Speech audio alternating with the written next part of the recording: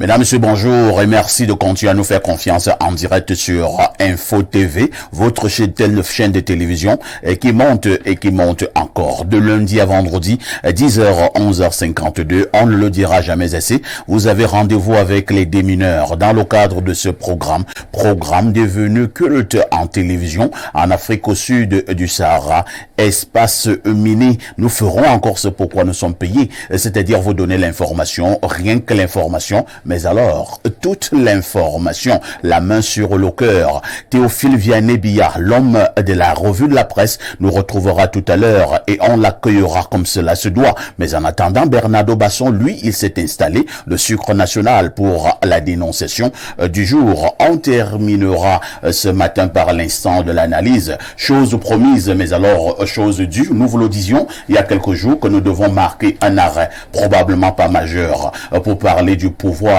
ayant trait aux êtres humains. Le pouvoir et l'être humain, quel regard? Ce matin, nous parlons de ceux qui ont le pouvoir, ceux qui ont eu le pouvoir, ceux qui probablement en auront. Maintenant, qu'est-ce qu'ils font de ce pouvoir? Nous parlons du pouvoir ce matin en rapport avec les êtres humains. Et si vous êtes connecté sur le canal 307, sur Canal Plus International, vous êtes des téléspectateurs privilégiés. On commence donc par accueillir nos invités qui nous rendent déjà visite ce matin. Nous commençons par Monsieur Fundikou Moubarak. Bonjour. Bonjour Bernardo et bonjour à tous les téléspectateurs. Bernardo. Bonjour. Mais pourquoi vous tremblez? À tous les téléspectateurs de Info TV. C'est tout un honneur de revenir à nouveau sur le plateau. J'ai envie également de dire bonjour aux populations de Lagdo, d'où je sors, ceux de Yagua et de Danaï, qui m'ont témoigné une grande amitié. Et belle émission à tout le monde. Je souligne que vous êtes le secrétaire général adjoint du mouvement citoyen des franquistes pour la paix et l'unité du Cameroun. C'est exact. C'est ça. On vous appelle rapidement, je ne sais pas, peut-être affectueusement, les franquistes. C'est ça. Ce mouvement qui soutient l'office du président de la République du Cameroun, Franck Emmanuel Biya. Exact. Ce mouvement qui pense qu'après le père devra venir les ports du fils. Après, un Camerounais devra venir un autre fils, le fils du père, c'est un Camerounais. Le fait que nous disions que c'est son fils, c'est faux? Bon, c'est pas aussi faux de dire qu'il est un Camerounais. Ah, d'accord. Merci d'être là ce matin. On accueille à côté de vous un habitué des plateaux d'Info TV. Lui, c'est le frère, confrère et ami Samuel Mbonjok. Samuel, bonjour. Bonjour, parfait ici. Bonjour à tous vos millions de téléspectateurs. C'est toujours un plaisir de recevoir cette invitation. Et vous voyez bien, cela nous honore. Et je profite pour saluer la grosse équipe qui est déployée du côté de Garoua pour la journée mondiale de l'habitat. Et vous êtes très écoutés et très regardés du côté de Garoua. La semaine de l'habitat est lancée, les équipes sont déployées. Nous irons dans quelques jours pour l'apothéose le 2 octobre prochain. Je signale que Samuel Mbonjok est directeur de publication. Son journal s'appelle Direct Info. Comment se porte votre tabloïd? Direct Info se porte comme le Cameroun. Comme son DP. Bon, pas comme son DP, vous savez. Le DP, c'est une personne physique qui peut se porter assez bien du point de vue de la santé, du point de vue du physique, encore moins du vestimentaire. Mais la personne morale qui est Direct Info est une entreprise camerounaise qui vit véritablement au rythme du Cameroun avec des pressions fiscales, des pressions financières, des factures qui ne sont pas payées par l'État du Cameroun, par des Donc, vous voyez... Donc, l'État vous doit de l'argent. Oui, et puis l'aide à la presse qui est à tête chercheuse. Nous n'avons pas d'aide à la presse depuis 2 ans, alors que nos dossiers sont déposés au ministère de la Communication. Est-ce que vous remplissez les conditions? Les dossiers sont complets, nous remplissons les conditions. Donc, vos employés sont par exemple affiliés à la CNPS. Quand on dit un dossier complet, c'est-à-dire qu'il y a la non-redevance, il y a l'attestation de la Vous parlez devant les caméras. Je parle devant les caméras et je suis un témoin vivant de ce qu'un dossier complet déposé au ministère de la Communication ne reçoit pas d'aide à la presse. C'est une conspiration contre Direct Info et je pense que le moment venu, nous ferons valoir ce que de droit auprès du ministre René Emmanuel Sadi et son équipe qui travaille autour de cette commission d'attribution de l'aide, qui devient aujourd'hui un véritable mystère, un capharnaüm total. Les listes ne sont plus affichées du tout, les listes des bénéficiaires, c'est par téléphone qu'on appelle X ou Y pour lui dire que vous avez reçu l'aide à la presse, passez auprès de votre banque pour faire le dépôt. Donc une opacité totale, jamais vue dans le monde. Vous pouvez imaginer cela, que l'État attribue l'argent à des privés, mais la liste n'est pas connue du grand public, aucune communication publique n'est faite là-dessus. Vous voulez nous faire comprendre nous attendons les appels du ministère de la Communication et quand nous ne les avons pas, cela nous constatons que notre dossier n'a pas été retenu. C'est inimaginable dans un pays normal que les choses se passent comme ça. Mais si c'est notre ministère de tutelle qui choisit de tuer la presse ou de tuer certaines presses pour faire émerger un certain type de presse, parce que c'est encore problématique quand on regarde qui bénéficie véritablement de cette aide.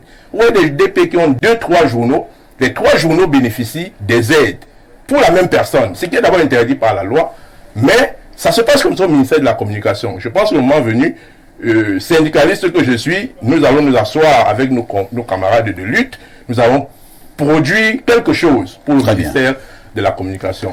Je retiens que, selon vous, entre autres choses, le ministère de la Communication, vous soulignez communication, ne communique pas beaucoup. Ou alors communique d'une certaine manière. Voilà. On accueille également un autre qui nous fait toujours l'honneur d'être là tous les matins pour déminer l'espace, c'est le Sucre National. Bernardo Basson, bonjour. Bonjour, parfait ici. Bonjour au panel. Bonjour à tous les téléspectateurs de notre programme. Un bonjour particulier à mon ami Etitan Onana Sorel, qui est dans le Maryland, aux États-Unis, qui nous regarde très certainement. J'aimerais dire à M. Mbonjok, avant de donner la journée mondiale, qu'il n'aura rien. Vous préférez lui dire ça comme ça? Il peut pleurnicher, il n'aura rien. Quand je pleurniche souvent ici qu'on n'a pas de route en Gambie, il me dit souvent que non, le gouvernement a pris des mesures pour qu'on ait la route. Quand je dis souvent Gorditouba veut nous être spoliés par le Mintoul, on nous regarde, on sourit. Vous allez bavarder pour votre aide à la presse. Vous n'aurez rien. Et si vous continuez, on va même vous enfermer. Et n'oubliez pas qu'on ne fait pas les problèmes à celui qui partage la viande à la Réunion. En sciences politiques traditionnelles. On vous donne les os. On ne vous ou donne même rien. Donc vous n'aurez rien. Soyez tranquille. Merci. Mais je compatis à votre à la République. Merci Bernardo. Aujourd'hui, c'est la journée internationale ou mondiale, mais je choisis. Allons-y. Il y en a plusieurs. Il y a par exemple la journée mondiale de la rage aujourd'hui, il y a la journée mondiale du droit à l'information. C'est celle-là que je choisis. Ouais. Parce qu'il y a aussi la journée mondiale du droit à l'avortement médicalisé. Ça, je mets à l'écart. Donc, je choisis aujourd'hui de m'arrêter sur la journée mondiale du droit à l'information. Vous savez que dans certains pays, certaines personnes n'ont pas vraiment droit à l'information, ou même lorsqu'elle leur est servie, cette information-là, elle l'est de manière diluée, de manière tronquée ou de manière manifestement voilée. Donc, il est important que les publics et les privés sachent pertinemment qu'il existe un droit à l'information reconnu à tous les hommes en tant qu'ils sont entités humaines. Donc, aujourd'hui, la journée de réflexion sur les questions relatives au droit à l'information consacrée et suffisamment organisée par les pouvoirs publics et les privés dans chaque État membre des Nations Unies. La journée mondiale du droit à l'information. C'est un sujet d'une importance capitale, surtout pour nous autres hommes de médias. Pour le cas justement de la République du Cameroun, nous pouvons aller maintenant à ce que nous appelons l'accès à l'information. Parce que pour avoir le droit à l'information, il faudrait avoir l'accès à cette information.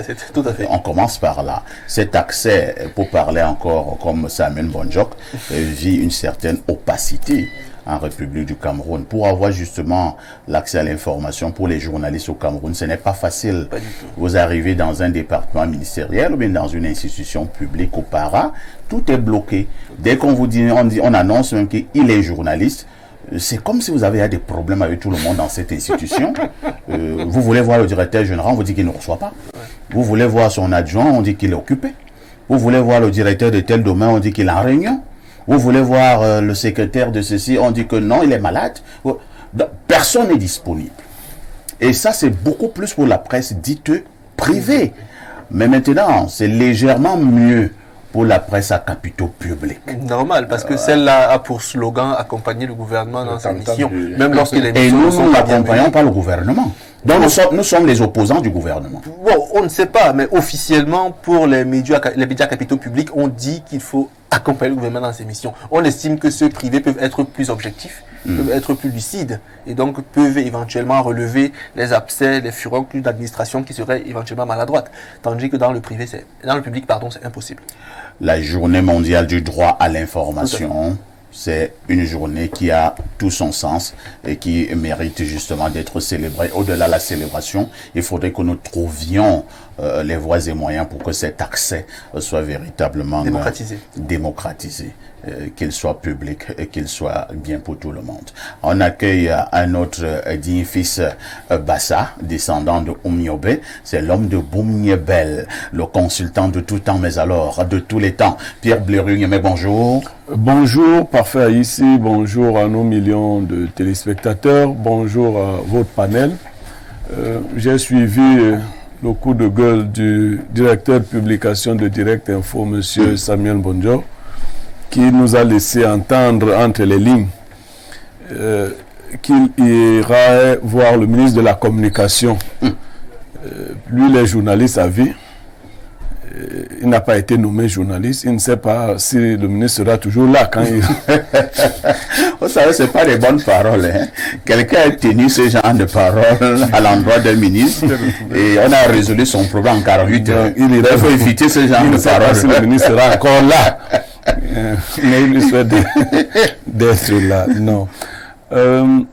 Vous devez connaître les secrets de votre pays. Quand vous avez une situation comme celle-là, contactez la presse et la radio étrangère. Ah bon? Si RFI en parle, le ministre va se bouger. C'est simple, c'est-à-dire donner à RFI les preuves de ce que vous dites, que l'aide à la presse a été manipulée.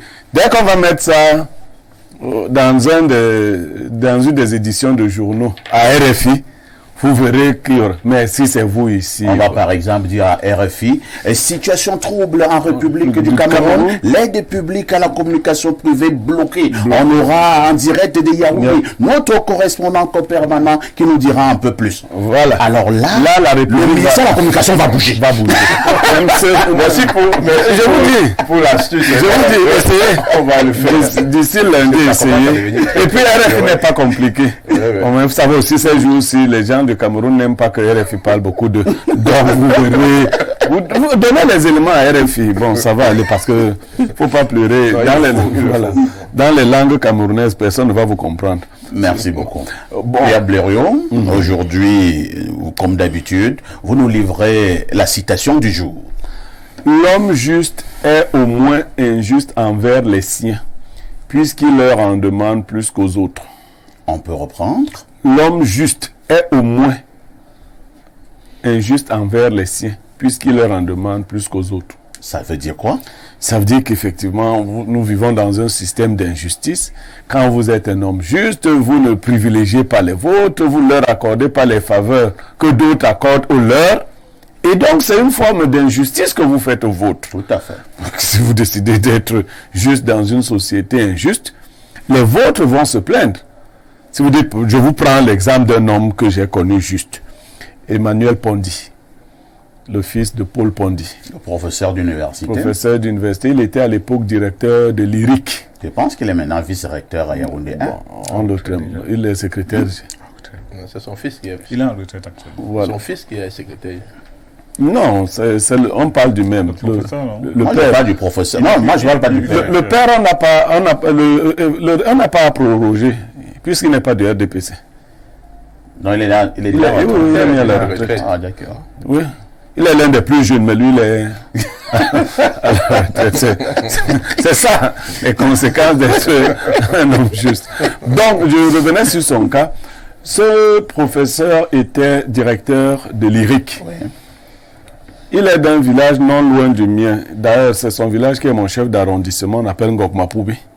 Les gens de la zone dont on fait les dossiers de leurs enfants sont allés voir le père Paul Pondy pour dire que non, donne à Emma, comme il est directeur de l'IRIC. Emma Pondy leur dit, mais est-ce que le concours de l'IRIC c'est en Ngokmapoubi? On dit non, on te donne seulement les récépissés. Il dit, pour nos enfants. Il dit non, vos enfants, qu'ils aillent à Yaoundé, ça se joue à Yaoundé. Il n'a pas fait comme l'université. Qu'ils aillent composer. Ben, on l'appelle là-bas le blanc. Mais vous voyez, la conséquence, c'est qu'aucun de ses frères n'a eu ce concours. L'homme juste est au moins injuste envers les siens, puisqu'il leur en demande plus qu'aux autres. Merci beaucoup. Lorsque nous avons planté ce décor, nous marquons la première touche pause.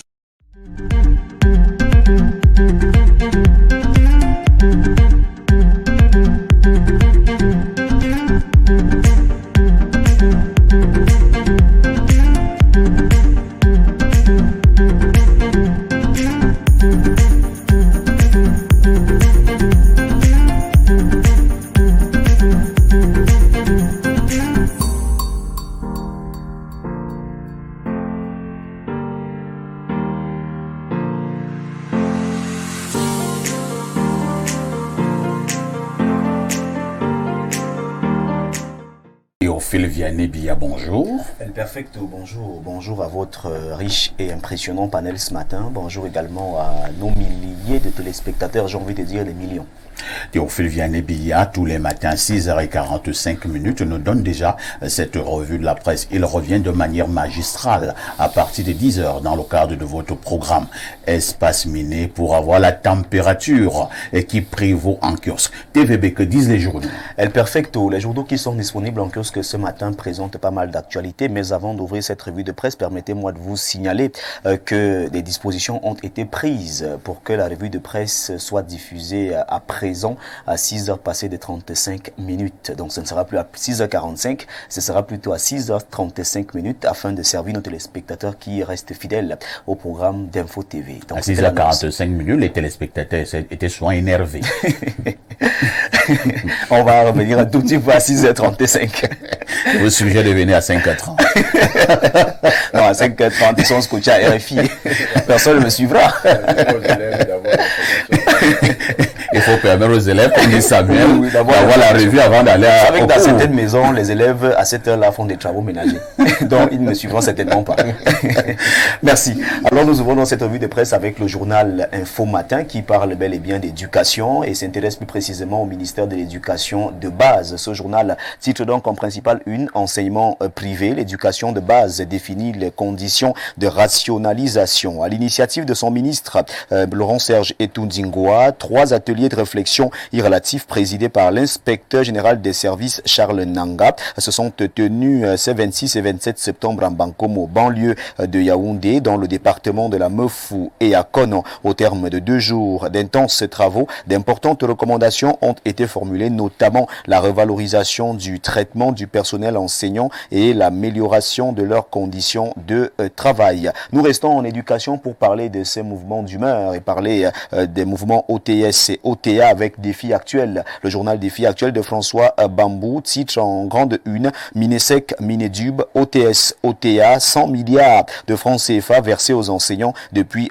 2022. Entre mars 2022 et septembre 2023, les enseignants du ministère des enseignements secondaires ont reçu 67,54 milliards de francs CFA, tandis que ceux de l'éducation de base ont perçu 32 milliards de francs CFA dans le cadre de la mise en œuvre des solutions instruites par le chef de l'État Paul Biya aux problèmes soulevés par les grévistes. Le journal Mutation parle également de cette grève des enseignants en grande une. Le journal de Georges Alain Boyomo parle donc de ces pompiers. Grève des enseignants au feu les pompiers, s'exclame le journal Mutation, qui nous fait savoir en page 5 qu'une communication gouvernementale est annoncée ce jour alors que le mouvement OTS-OTA et les syndicats campent sur leur position. Laissons cette actualité et parlons du Social Democratic Front en pied de une du journal Mutation. On nous fait savoir que 3 candidats sont donc en lice pour le poste de chairman. SDF, le trône de tous les appétits, s'interroge le journal Le Messager de Feu Pius Ndiawe qui est disponible en kiosque ce jour. En dehors de Joshua aussi, dont la candidature était sans conteste un secret de Polichinelle, Gordon Zama et Zester Shewa veulent succéder au chairman Nijon Funzi. Le journal nous le fait savoir en page 3 et présente donc les profils de ces candidats. Éliminatoire CAN féminine 2024. On en reparle ce matin et le journal Le Messager présente l'autopsie d'un naufrage à Nairobi. Comprendre l'élimination précoce du Cameroun par le modeste Kenya au tir au but, à lire ce matin dans ce journal. Cameroun Tribune, le quotidien bilingue gouvernemental, parle ici des leçons de cette élimination. Lyon indomptable, leçon d'une élimination mise hors de course, hors course des qualifications pour la CAN féminine 2024. Mardi dernier par le Kenya, à la surprise générale, la sélection nationale doit à présent se relever, aborder la reconstruction et aller en quête de meilleures performances. Restons en sport et parlons MTN et Lituane. Le journal Cameroun Tribune nous fait donc savoir que pour ce championnat, c'est lancé. Le match d'ouverture de la saison 2023-2024 s'est joué hier au stade de Ngwa-Ekele, ici même à Yaoundé, avec la victoire du promu Victoria United de Limbe sur l'équipe de la capitale Fauve Azur. Le score de cette rencontre était bel et bien 2-1 en faveur de cette équipe Victoria United de Limbe. Le drapeau parle également de ce championnat MTN et Lituane. C'est parti pour la nouvelle saison. Actualité à lire au bas une de ce journal. Coopération Russie-Cameroun. Une alliance commerciale fructueuse en vue, conformément aux directives du 2e sommet Russie-Afrique. Le ministre du Commerce, Luc Magloire-Barga Tangana, a mené des échanges ce 27 septembre avec une importante délégation russe dirigée par son excellence Anatoly Bashkin, ambassadeur de la Fédération de Russie. Lors de cette rencontre, les deux pays se sont engagés à renforcer leur coopération commerciale. Le jour d'Aman Mana s'intéresse à cette autre actualité. Ce journal parle ici de ses limites et présente bel et bien les limites de la réinsertion des ex-combattants de Boko Haram. Le constat qui est fait par ce journal fait état de ce qu'ils sont des milliers regroupés dans des camps ou des champs. Les repentis de la secte islamiste rendus aux autorités camerounaises navigue en totale précarité. Parlons présidentielle 2025 avec Émergence. Le quotidien Émergence nous dit que l'heure est à des grandes manœuvres du côté du Rassemblement démocratique du peuple camerounais. Économie numérique, le Cameroun, la Cameroun Digital Week aura lieu du 16 au 20 octobre. Le journal en parle ce matin en page 4. Ce billet hebdomadaire d'analyse, d'enquête et d'information générale, le point Billebdo qui est en kiosque s'intéresse à cette autre actualité. Zone franc, compte d'opération France, la chimère. Chaque système monétaire, chaque union monétaire présente des avantages et des inconvénients. S'agissant de la zone franc, le fonctionnement du compte d'opération constitue l'un des principaux sujets d'incompréhension et de méprise. La France est accusée de s'approprier des réserves de la BCAO et de la BEAC en pratiquant le système de ponction économique de l'Allemagne nazie. Le point du jeudi nous est donc servi ce matin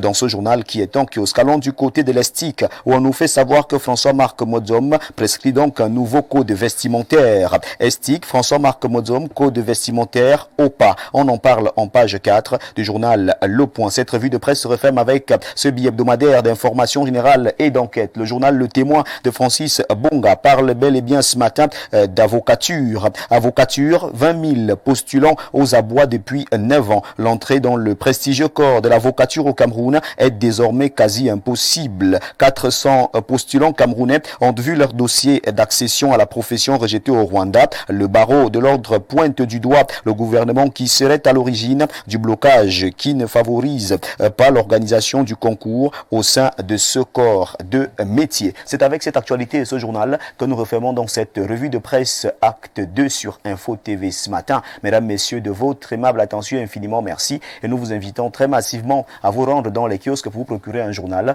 au prix de 400 francs CFA pour que vive la presse camerounaise. Il s'agit donc tout simplement de 4 pièces de 100 francs, 8 pièces de 50, 16 pièces de 25, 40 pièces de 10 francs, 80 pièces de 5 francs, 400 pièces d'un franc CFA seulement collectées et vous avez votre journal disponible en kiosque ce matin. C'était bel et bien la revue de presse acte 2 avec Théophile Vianney-Billard. Appelez-moi TVB si vous le désirez. Merci El Perfecto, merci également à votre panel. Merci TVB pour cette brillante revue de la presse comme d'habitude. Vous parlez comme les plus jeunes, je pourrais dire comme d'hab. Comme d'hab. Comme d'hab. Ils ont une manière de parler. Ah oui, c'est oui. Lorsque vous êtes vieux, comme nous autres, vous ne comprenez rien. Un jeune vous dit comme d'hab.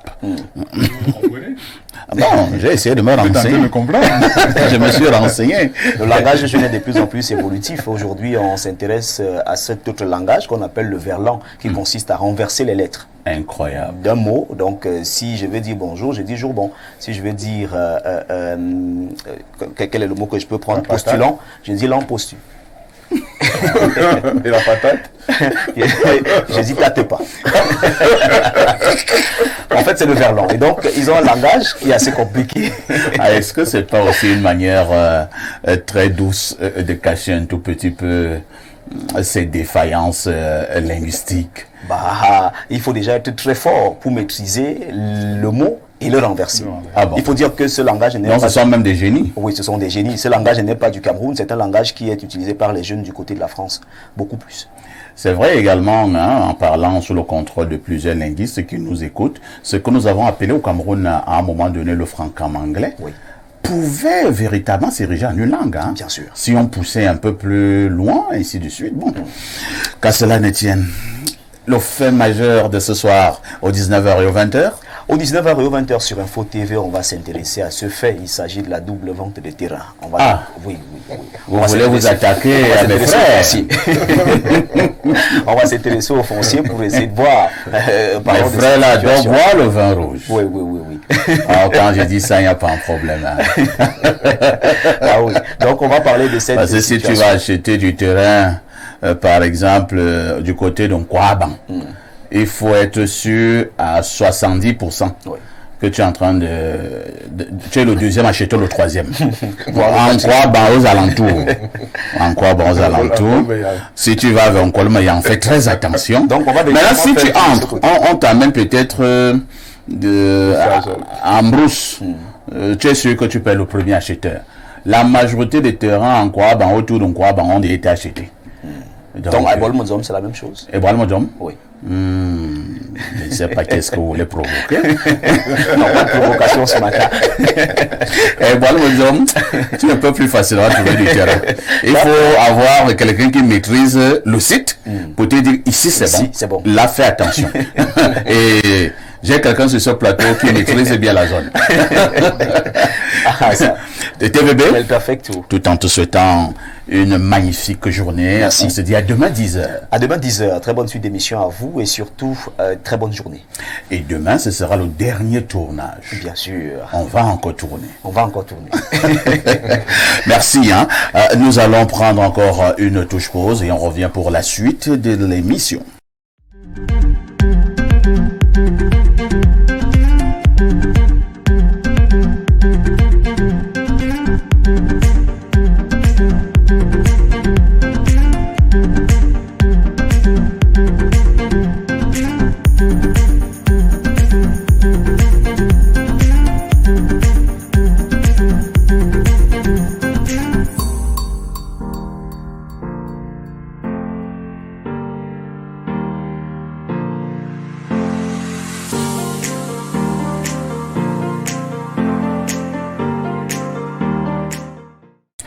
parce que tous les êtres humains en principe sont égaux. Ici sur Info TV, nous pensons qu'on devrait lutter de toutes nos forces contre les abus. Voilà pourquoi nous avons mis sur pied cette rubrique, la dénonciation. La dénonciation du jour est encore l'œuvre de Bernardo Basson.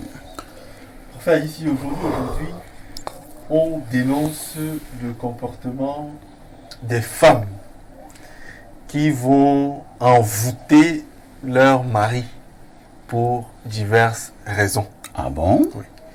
Alors, il m'a été rapporté une histoire hier.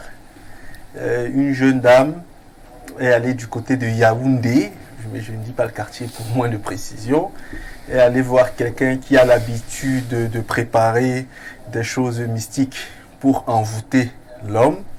Malheureusement pour elle, son mari n'a pas été victime de l'effet qui était escompté. Elle n'a pas pu avoir raison de lui mystiquement. Elle n'a pas pu le basset, comme on dit chez les Ivoiriens, n'a pas pu l'envoûter. Et donc le mariage, entre guillemets, s'est un peu gâté. Parce que l'homme a résisté et apparemment la famille de l'homme a été au courant. Ce que la fille allait toucher des choses pour aplatir le mari. Donc aujourd'hui, on dénonce le comportement de ces femmes et même parfois de certains hommes qui, pour divers besoins, vont utiliser la magie pour solidifier leurs unions ou leur couple. Ce matin, les démineurs, face à cela, ont fait comment? Vous partez d'un fait particulier pour le général. Tout à fait. Pour dénoncer un fait général qui a pignon sur rue apparemment. La dame quand même qui est venue vous voir, enfin, le couple en question, ils sont déjà officiellement mariés? Oui. D'accord. Ils ont des enfants? Oui. D'accord. Ok. Samuel Mbonjok, dans certaines localités et pour certaines tribus au Cameroun, on parle du torbassi. La femme est allée faire le torbassi. Chez les filles à Konolinga, on dit qu'on vous le met dans la tête du kanga. Je ne sais pas pour les autres ethnies, comment ça se passe. Alors, aller envoûter son mari, quel regard? Non, c'est une situation extrêmement compliquée parce qu'il n'y a pas une femme sur le plateau pour nous expliquer les véritables raisons. Mais moi, je pense que c'est... on appelle... Bon, dans le langage des compétitions, on dit que c'est de la tricherie. C'est des pratiques de tricherie qui témoignent votre manque de performance ou alors votre faiblesse. Parce que, en réalité, quand on est dans une relation ou bien quand on est dans une compétition, on doit pouvoir jouer franc jeu. On doit respecter les règles du jeu. Et les règles du jeu, c'est dans le mariage, c'est que la femme a ses devoirs, l'homme a ses devoirs, et puis chacun doit tout faire pour contribuer à la consolidation du couple. Il y a donc des gens, majoritairement les femmes, parce que j'ai rarement vu des hommes accusés d'être allés faire le torbassi pour les femmes, même si ça peut exister. Mais généralement, ce sont les femmes qui le font. Peut-être parce qu'elles se sentent assez faibles pour pouvoir contenir un foyer, et c'est l'occasion d'interpeller les femmes. À l'époque, dans nos cultures africaines, on avait la siksa où on apprenait aux femmes à ce que c'est que le mariage. On les formait pour cela. Aujourd'hui, c'est au tout petit bonheur la chance que vous pouvez tomber sur une bonne femme ou sur une femme médiocre, ou alors sur une femme pas du tout à la hauteur. Et du coup, elle va être tentée à utiliser ces moyens-là parce qu'elle va voir son mari se désintéresser d'elle, aller à la conquête d'autres femmes et se sentant faible, va donc chercher à utiliser ces moyens. Moi, je pense qu'il faut interpeller les femmes à beaucoup plus de culture du mariage, parce que c'est le manque de culture du mariage qui amène à ce type de pratique, parce que les femmes n'arrivent plus à contenir leur foyer, les femmes n'arrivent plus à contenir leurs relations, et elle profite donc pour utiliser d'autres moyens qui parfois peuvent se retourner contre elle. J'en ai vu des cas comme ça où c'est la femme plutôt qui a été envoûtée en voulant envoûter son mari. Ah bon? Et aujourd'hui, elle subit des conséquences incroyables. Elle est traînée dans la boue, elle est chiffonnée, elle est écrasée, mais elle est toujours là en train de poursuivre son mari partout où elle peut aller. Donc c'est pour vous dire que ce sont des moyens qui ne sont pas orthodoxes, ce sont des moyens qui ne sont pas conventionnels et qui peuvent avoir des retours et qui ont même toujours des retours, parce qu'il faut le dire, le diable ne donne rien pour rien, qui ont toujours des retours. Et faites attention à l'incertitude parce qu'on ne sait jamais jusqu'où est-ce que ces incertitudes peuvent nous amener. Très bien, merci. On va passer la parole à Fundiko Moubarak. Moubarak, c'est régulier au Cameroun. Et ce n'est pas seulement une affaire camerounaise, pour être aussi un peu plus honnête. On retrouve le même phénomène dans plusieurs autres pays africains. Je ne sais pas si on en retrouve aussi dans les pays européens, américains, asiatiques et que sais-je encore. Je ne sais pas si les femmes blanches envoûtent aussi les hommes blancs. On va essayer de vérifier tout à l'heure avec les messages que nous allons lire. Il y a nos amis du Luxembourg, nos amis de l'Allemagne, nos amis de Paris qui vont intervenir tout à l'heure. Alors, au Moubarak, est-ce qu'une femme a besoin fondamentalement d'aller envoûter son copain, son mari? Est-ce que la femme ne devrait pas se dire que le vrai envoûtement, c'est le bon comportement au niveau du foyer? En tout cas, c'est l'attitude de la femme qui construit la solidité du couple. Si elle se comporte bien, si elle fait tout ce qu'on attend d'elle en tant que femme au foyer, en tant que partenaire, il y a de fortes chances que le mari reste. Mais il y a aussi des fois où, malgré qu'on a fait tout cela, le mari va toujours partir. Et donc, du coup, je ne me plains pas de savoir que les femmes envoûtent parce que je pense que les hommes en font également. Et je pense même que la société en général est faite d'envoûtement. Ah bon? Oui. Tu vas voir que tu es DG, tous ceux qui sont autour de toi là cherchent à faire à ce que tu n'entendes que ce qu'ils pensent. Mais c'est dangereux là. C'est ça le principe. Quand tu es DG, tes employés t'envoûtent. Et il nous faut chercher des contre-envoûtements. Tous ceux qui sont autour de toi cherchent à t'envoûter. Donc le principe c'est que on envoûte celui qui est au centre d'un pouvoir. Si dans le couple, le mari est un facteur de pouvoir, s'il a des capacités financières, s'il a des capacités d'action, de faire, en ce moment-là, il est un sujet envoûtable. Mais s'il n'a pas cette action, s'il n'a pas cette capacité-là, il ne peut pas être envoûté. On est comme pas envoûté un pousseur. Oui, il ne peut pas être envoûté. Bon, pas forcément. Si le pousseur a les capacités de faire, il peut être envoûté. Parce que moi, je connais des pousseurs qui ont des maisons et tout ça là. Donc, ce que je veux dire, c'est que, au-delà de la femme qui envoûte, l'homme également envoûte si sa femme a des capacités. La société en général envoûte. Si tu es patron, il faut t'attendre à ce que ton assistant, ton conseiller veut être la seule personne que tu écoutes. Donc tout le monde veut te mettre dans un petit cercle clos. Et si le moyen utilisé c'est l'envoûtement, on va le faire. Il ne faut pas faire un procès pour cela. Moi, ce que je dis plutôt, c'est que quand on est dans une telle position... Donc vous encouragez les envoûtements. Il y a un papa. Il y a un papa, le monsieur là, il a... Quand vous arrivez à Fumban, l'hôtel Baba, oui. Donc ça veut dire que c'était quelqu'un qui était bien. Il avait 4 femmes. Et quand je partais pour doter mon épouse, il m'a dit, mon fils, tu vois tes 4 mamans là, chacune d'elles me donne une portion chaque matin. Donc quand je bois l'eau là, je sais que c'est eau. Cette eau là est déjà mélangée. Mais je la prends quand même, je bois. Parce que je suis conscient que c'est ça ma vie. Alors, si tu es envoûtable, il faut être en mesure d'accepter et de dépasser cela et de rester cohérent dans ton raisonnement. Si tu ne te bats pas pour rester cohérent dans ton raisonnement, bon, tu seras la victime de tous ceux qui sont autour de toi, qui gravitent et qui veulent que tu sois à leur merci. Très bien. Merci. Pierre Blériot-Niémec, toi justement qui es un sage, on t'appelle affectueusement d'ailleurs régulièrement le sage, les effets de l'envoûtement. Je voudrais beaucoup plus que vous puissiez pencher votre analyse tout à l'heure sur les effets de l'envoûtement. J'aurais appris que la majorité d'hommes qui sont envoûtés commencent à faire des choses plus très normales et deviennent un peu comme s'ils sont zinzins. Ce sont des hommes parfois même qui tombent malades. Vous allez voir, monsieur ne se sent plus bien. Or, c'est un monsieur qui avait une santé de fer, le ventre est ballonné, ainsi de suite, et d'autres conséquences. Quels peuvent être les effets de l'envoûtement chez un homme? Bon, déjà, envoûter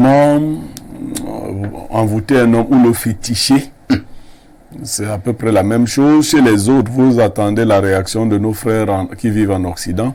On parle des filtres d'amour, avec PHI. C'est élégant, ça. Oui, mais c'est un peu... Donc, les Occidentaux aussi croient à ce genre, au pouvoir symbolique de la magie.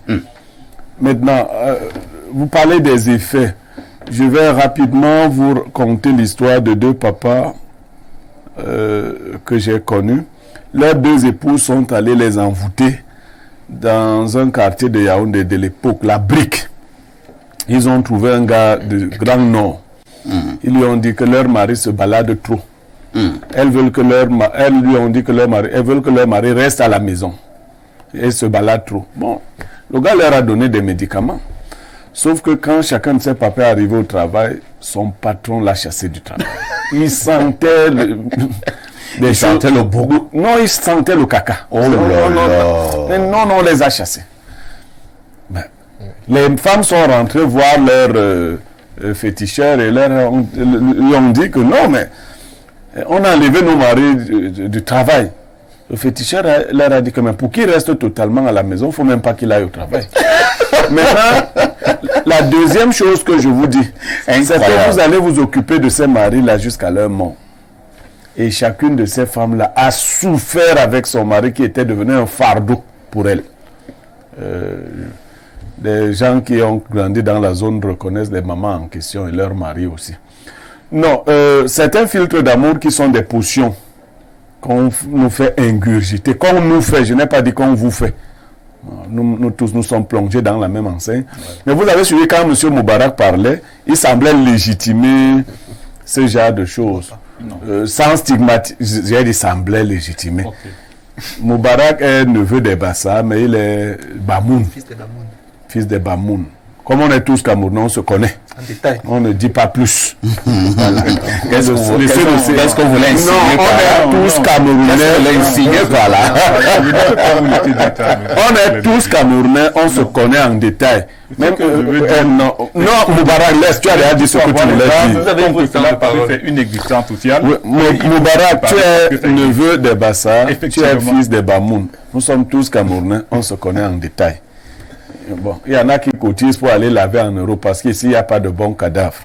Donc, nous connaissons donc en détail et nous savons que chez certains, c'est une tradition, l'envoûtement.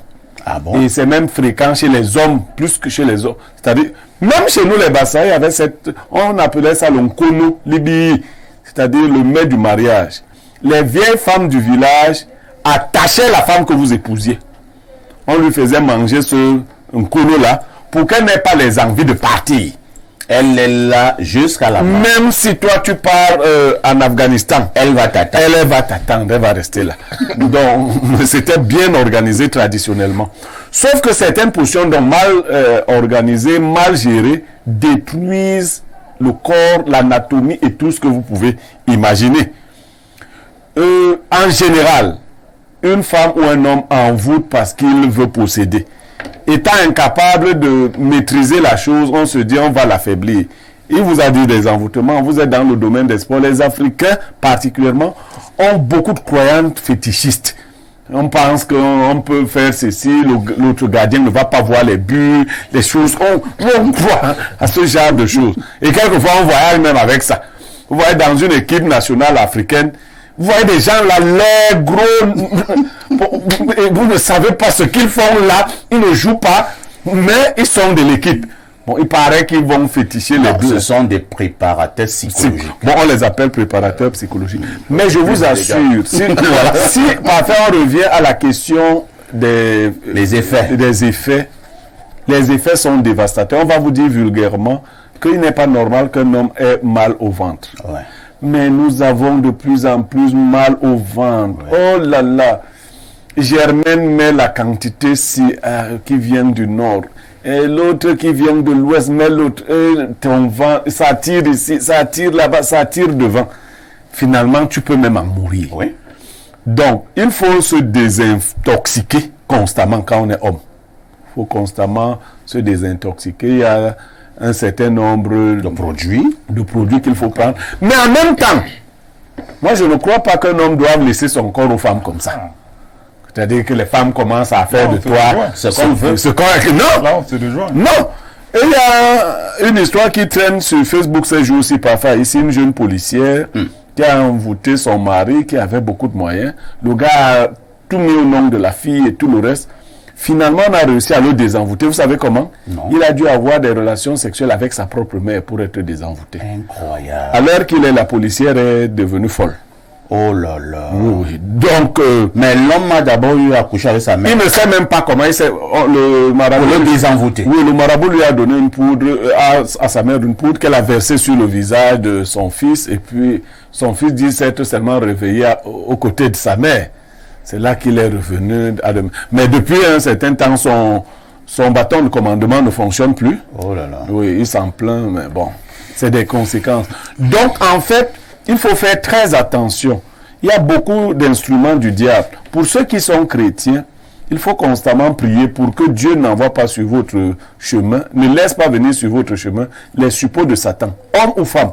Parce que si vous avez le malheur d'avoir une femme ou un homme qui aime rendre visite aux gens qui évoquent les esprits et autres, parfait, si vous êtes mal parti.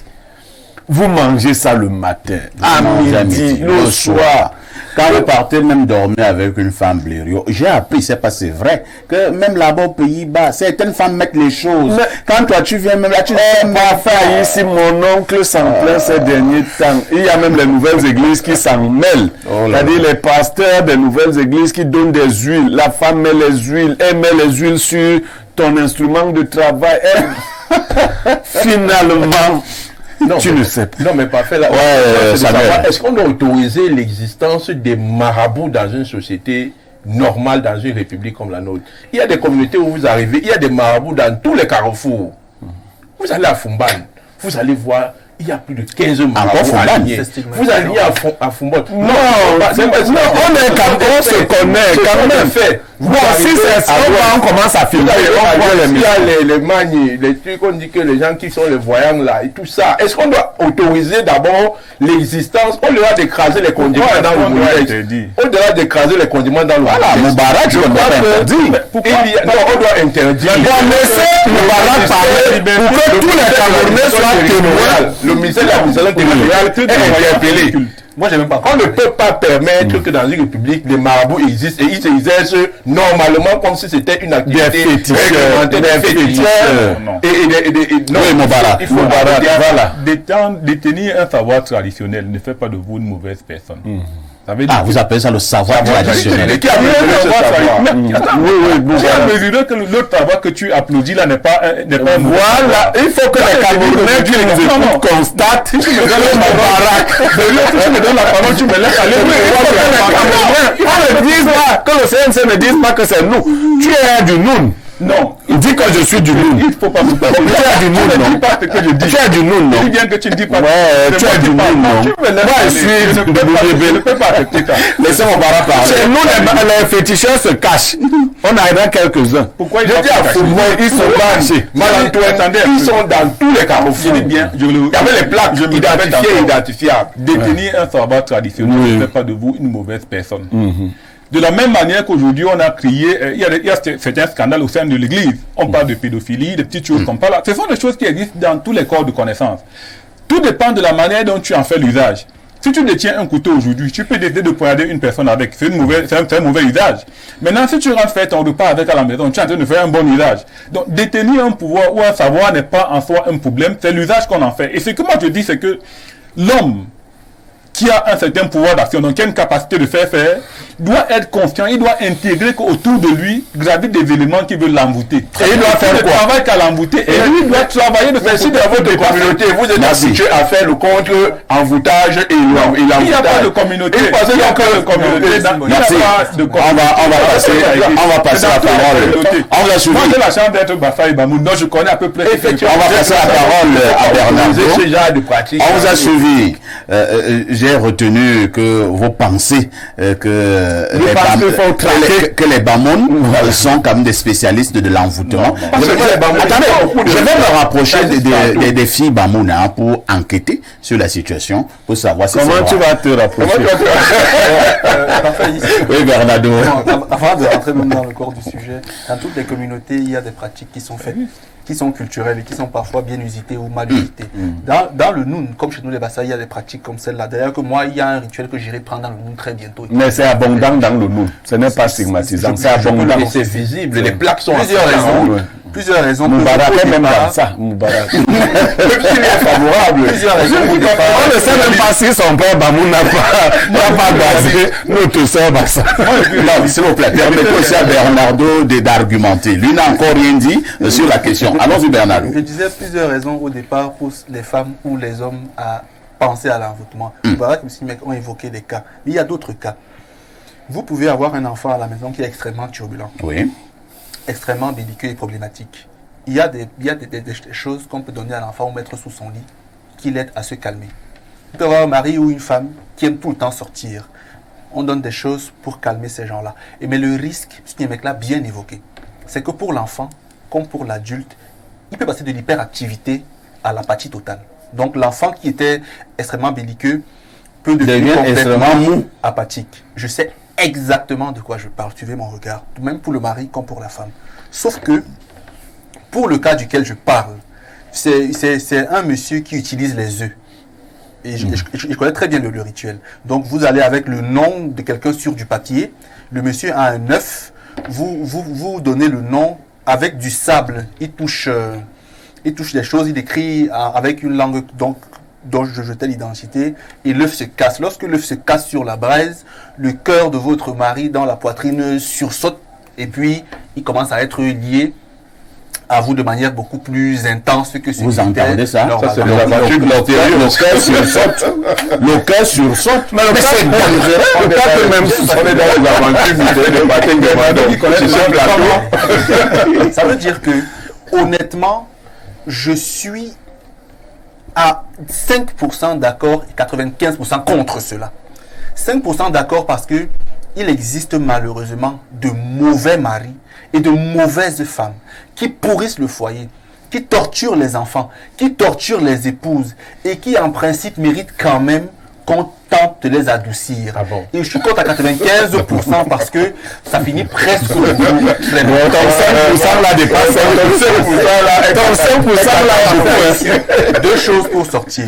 La première, et Moubarak l'a bien évoqué également, la première c'est que pour les hommes, il est très important de se protéger contre les éventuels envoûtements. Et je vais donner une astuce qui est plus commune. Et pour l'autre, l'aide de rituel, je la cache. Pour celle qui est plus commune, il faut 2 ingrédients. Lesquels? Il faut de l'ail Oui. et du charbon. Et comment vous utilisez? Vous prenez de l'ail, vous enlevez la peau et vous prenez du charbon, du bois brûlé. Vous mettez le petit charbon et l'ail dans un petit mouchoir blanc. Vous voyez, mouchoir blanc, pas rouge, pas noir, blanc.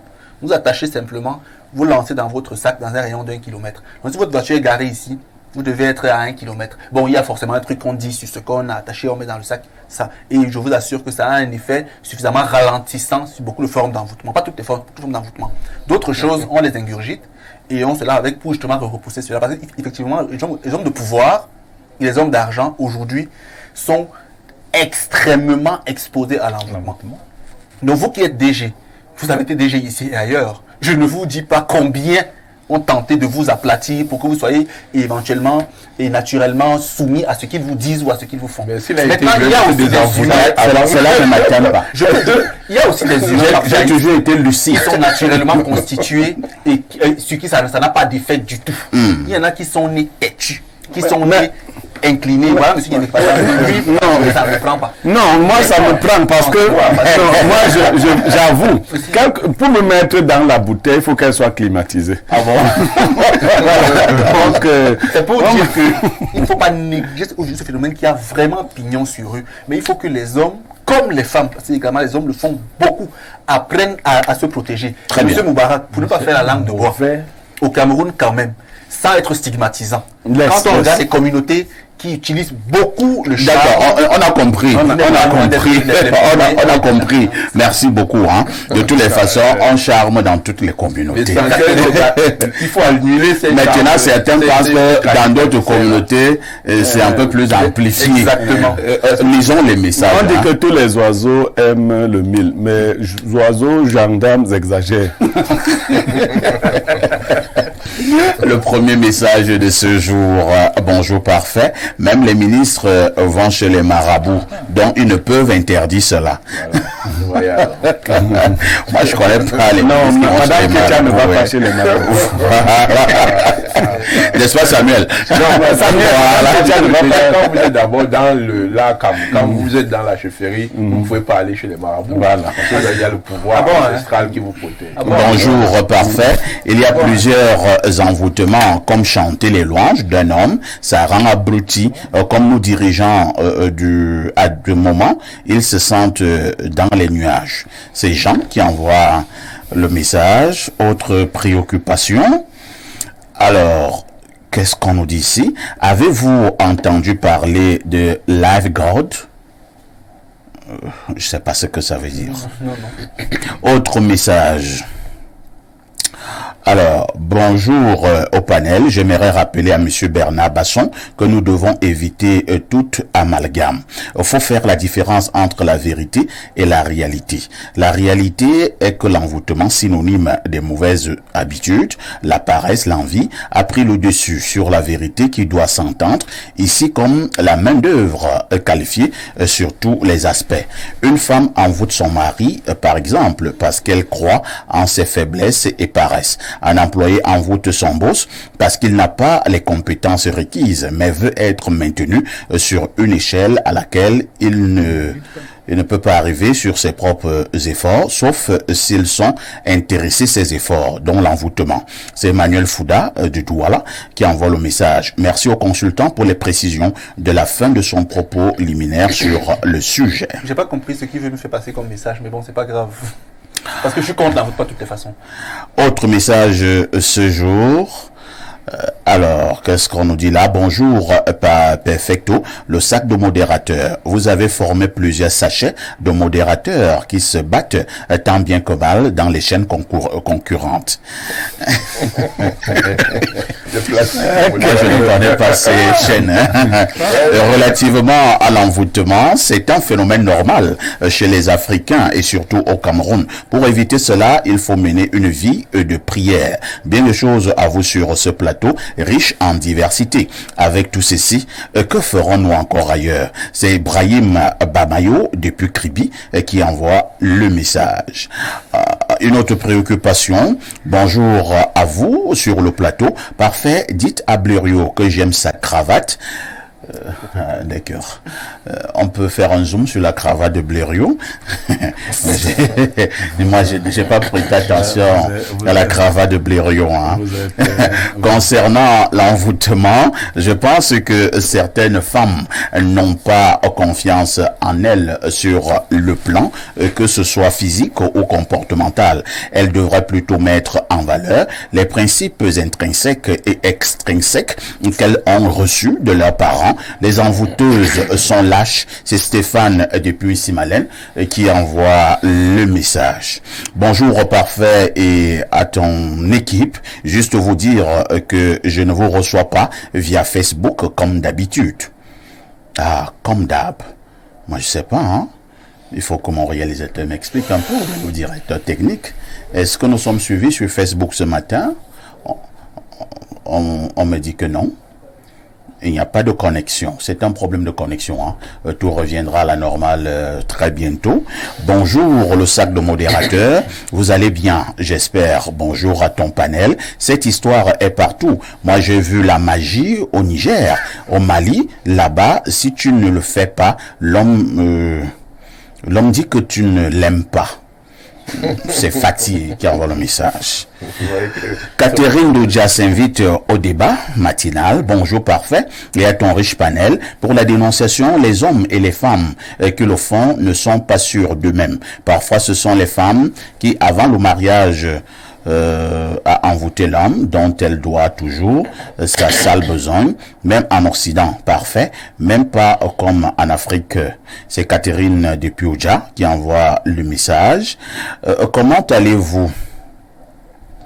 Bonjour monsieur Haïssi, comment allez-vous? Je suis Félix Bopda. C'est tout ce qu'il a trouvé à dire ce matin, alors que nous disons qu'il peut être envoûté. Et ça ne l'intéresse pas. Autre message, bonjour les génies du micro. S'il vous plaît, monsieur Perfecto, même si c'est la dernière chose que je vais faire avant de quitter le pays, je veux vraiment vous joindre sur votre espace un matin. Merci d'avance, c'est Boris Assoumou, depuis Douala Bonabéry. Me joindre comment sur mon plateau? Je ne comprends pas. Vous voulez être invité sur le plateau ou bien... Qu'il précise. Il faut être plus précis, parce que je n'ai rien compris. Autre message ce jour. Alors, on lit celui-ci. Il a juste dit salut.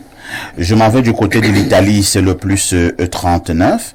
Et même du côté de l'Italie, on a envoyé une affiche. Je n'arrive pas à bien voir cela. Alors... quelques soucis avec mes messages ce matin qui sont bloqués. Problème de connexion. On y reviendra tout à l'heure. Le temps pour nous de prendre une page pub.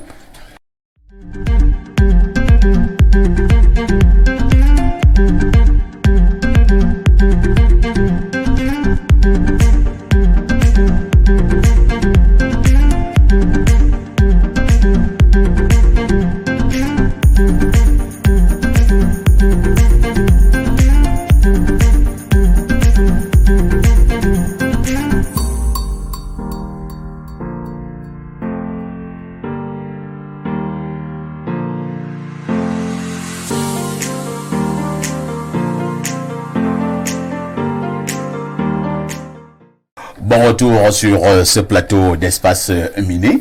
Je ne vous dirai pas ce qui a été relevé en off, que d'histoire et d'aventure. Maintenant, je vous propose de vous concentrer sur la problématique inscrite à l'ordre du jour ce jour. Nous vous l'avons dit en ouverture ce matin, nous marquons un arrêt pour disserter sur le pouvoir ayant trait à l'être humain en se posant la question, quel regard, que pensez-vous du pouvoir maintenant et que pensez-vous pour ceux qui détiennent ce pouvoir, comment ils l'utilisent?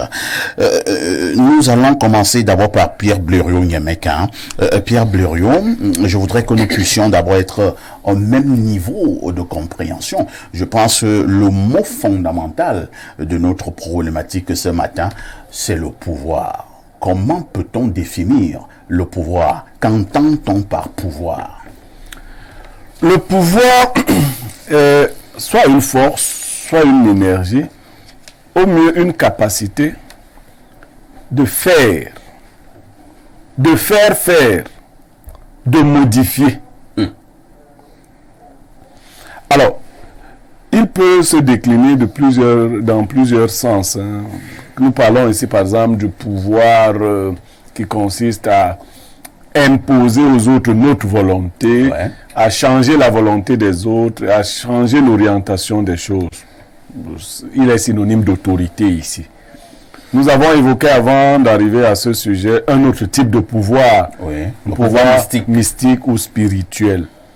Le pouvoir est donc une capacité dont jouit un individu ou un groupe d'individus de transformer le monde des choses dans le monde extérieur, de provoquer de nouveaux phénomènes ou d'imposer leur volonté à un groupe d'autres personnes. Merci. Vous allez continuer à garder le microphone.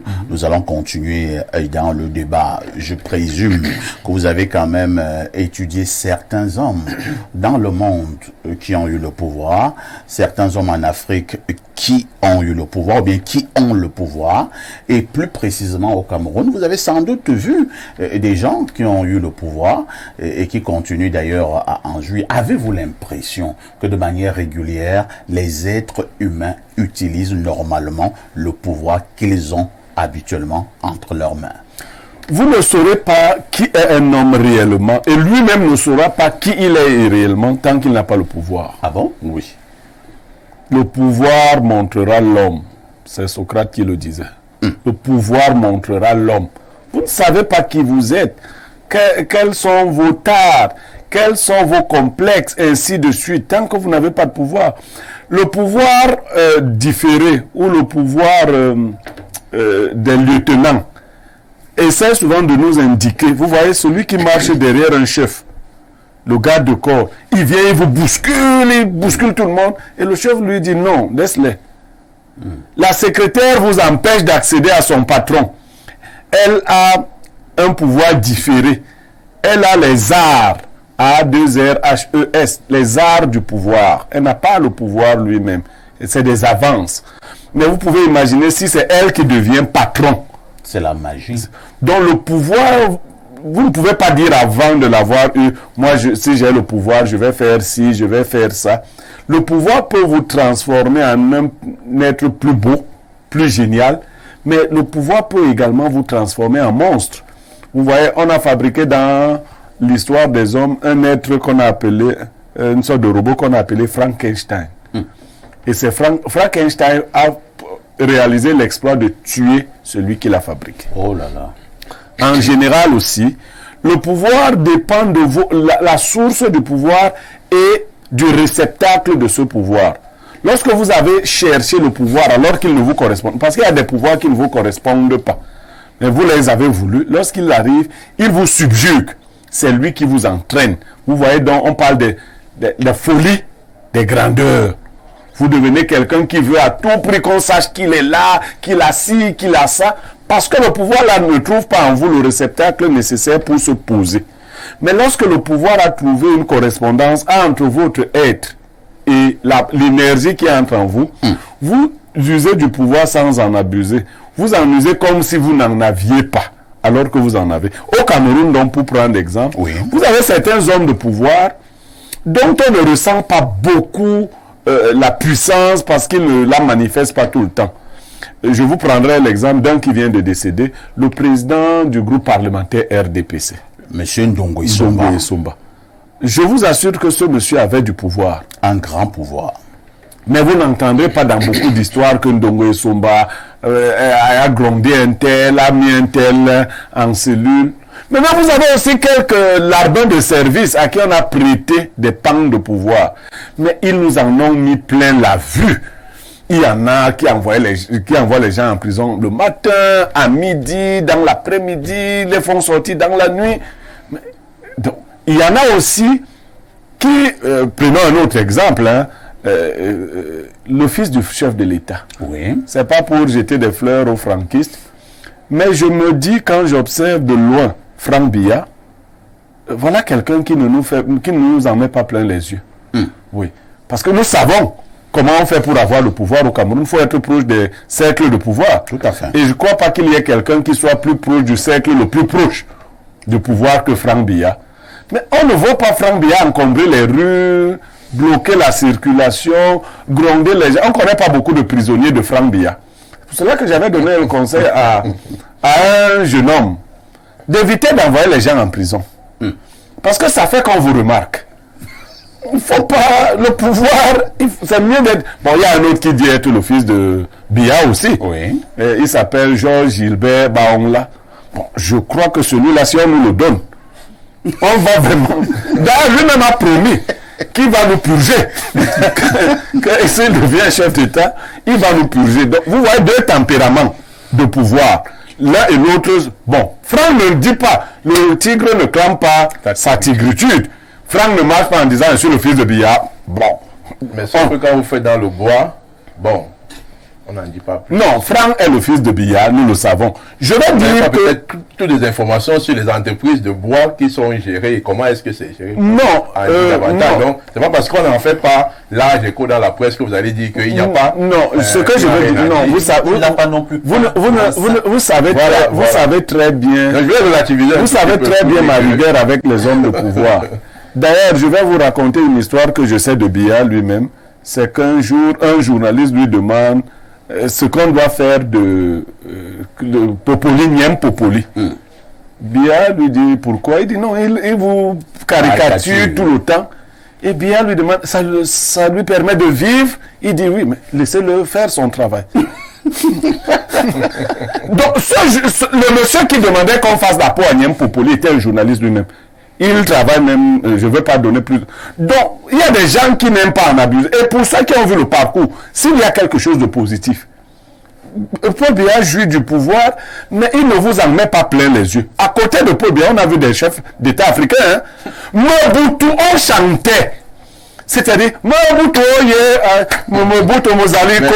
C'est aussi deux époques différentes. Non, Biya était sous les coups de Mobutu, c'est encore récemment. Mais c'était avant. Non, en dehors de chanter Paul Biya, Shoga, il était un beau garçon. On n'a pas vu cette... Mais il y a des... Vous avez connu le pouvoir idiot quand même, non? Non, il y a des gens à côté de Paul Biya actuellement. N'allez pas dans l'époque d'Aïdjo. Il y a des gens dans le gouvernement de Biya. On a vu un ministre qui bloquait toute une route quand il allait au travail. Ouais. Il avait un cortège de 16 voitures. Ouais. Il a même interdit, il habitait du côté de Moussa Mendongo. Il y a une rue, il avait interdit que les voitures passent là-bas. Tant qu'il n'est pas sorti. Non, on a vu des gens, vous connaissez des gens qui ont du pouvoir. Merci beaucoup. On va justement passer la parole à Samuel Mbonjok parce que je vois qu'il veut absolument réagir. Il veut disserter sur le pouvoir ce matin. Samuel Mbonjok, lorsque vous avez le pouvoir, Blériot a cité certaines personnalités tout à l'heure, comment on devrait utiliser le pouvoir? La thématique que vous avez choisie ce jour est vraiment une thématique extrêmement complexe et compliquée. Parce que l'être humain, le pouvoir, ce sont des éléments extrêmement antagonistes que pour les rassembler dans une émission comme celle-ci, il faudra vraiment au moins 4 heures d'émission. Ah bon? Parce que ce que Blériot a dit est tout à fait vrai, mais on peut aller au-delà. Parce que au-delà du paraître, au-delà de ce que nous voyons, il y a ce que nous ne voyons pas. Il y a des subtilités que les gens utilisent dans le pouvoir qui peuvent nuancer leur manière d'appréhender le pouvoir ou leur manière de posséder le pouvoir. Moi, je vais dire que le pouvoir, déjà, c'est une force, c'est une puissance, c'est une autorité. Et comme toute autorité, elle est innée. Elle est innée. On est président, comme quelqu'un disait, un président, un musicien célèbre et très inspiré, a dit qu'on est président, on ne devient pas président.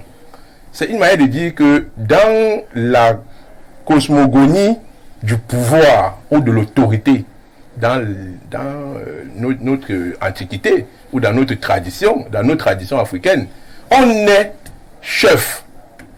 Quand un chef accouche ses enfants, il regarde ses enfants, il sait que voilà mon successeur ici. Parce qu'il a vu en cet enfant, encore bébé, nourrisson, quelqu'un qui peut incarner le pouvoir, qui peut incarner l'autorité. Et l'amalgame vient du fait qu'il y a des gens qui ne sont pas appelés à avoir le pouvoir. Il y a des gens qui ne doivent même pas avoir le pouvoir. Ah bon? Mais ils se retrouvent en train de bagarrer et d'une manière ou d'une autre, ils obtiennent le pouvoir. Vous voyez dans nos villages, ceux qui deviennent ministres, on ne sait pas d'où ils sont sortis, et puis ils deviennent ministres. Et du coup, ils commencent à utiliser ce pouvoir de ministre pour écraser les gens. Or, dans les fondamentaux, ce n'est pas comme ça que le pouvoir devrait s'exercer. Parce que ce ne sont pas eux qui ont eu le pouvoir. Vous voyez un peu dans nos villages, les chefs qui sont de la lignée, la manière dont ces chefs régimentent leur pouvoir, leur société, c'est différent des chefs qui sont des usurpateurs, qui passent par des élections. On dit qu'un chef a été élu et tout, ça existe, ou dans nos traditions, on fait l'élection du chef. Parfois, même dans les grands lamidas aujourd'hui, on dit qu'on doit faire l'élection. Et parfois, vous voyez, donc on dilue l'autorité, on dilue la puissance, on dilue la force du pouvoir. Et du coup, on tombe dans l'amalgame. Et c'est la même chose en politique. Hein. Vous allez voir des gens qui deviennent chefs d'État parce qu'ils ont fait des petits trafics et tout, des petites compromissions. Il y a des gens qui deviennent maires parce qu'ils ont fait des petites roublettes et tout, ils sont devenus maires. Mais quand ils vont devenir maires, qu'est-ce qu'ils vont faire pour la communauté? C'est là où on a complètement dénaturé la notion de pouvoir. Mais moi, je voulais qu'on revienne dans la suite de l'analyse de Blériot, qu'on revienne dans les fondamentaux. Le pouvoir doit appartenir à ceux qui méritent le pouvoir. Et il y a des personnes qui méritent le pouvoir, il y a des personnes qui ne le méritent pas du tout. Et ce sont ceux qui ne le méritent pas qui sont des piètres exemples, comme ceux que Blériot a cité tout à l'heure, des ministres qui se permettent d'être le ciel et la terre, alors de bloquer les routes, ils ne seront plus rien. Des maires qui deviennent des tout-puissants, alors qu'on vient de destituer un hier. On vous dit qu'il y a un sous-préfet qui a refusé de signer les documents dernièrement dans sa sous-préfecture, parce que quand il est entré au bureau, les gens, tout le monde ne sait pas, tout le monde ne sait pas lever. Voilà. Il a dit que bon, il va leur montrer sa puissance. Attendez un peu. Donc, quand le sous-préfet entre, c'est un peu comme dans la salle de classe, quand le professeur entre, les élèves se lèvent. C'est comme ça partout. Le sous-préfet est entré et il estime que tout le monde ne sait pas lever. On va le citer on va en parler à Parfait. Et il a dit qu'il ne signe pas les documents. Vous savez, Petit Pays avait chanté un morceau, Sango Djanea. Voilà. Même les chefs d'État meurent. Mais il faut souvent vous faire ça. Petit Pays dit dans un des couplets que j'ai suivi les échos de ton pouvoir, que tu as soumis le peuple à la pauvreté, à la misère et à la souffrance.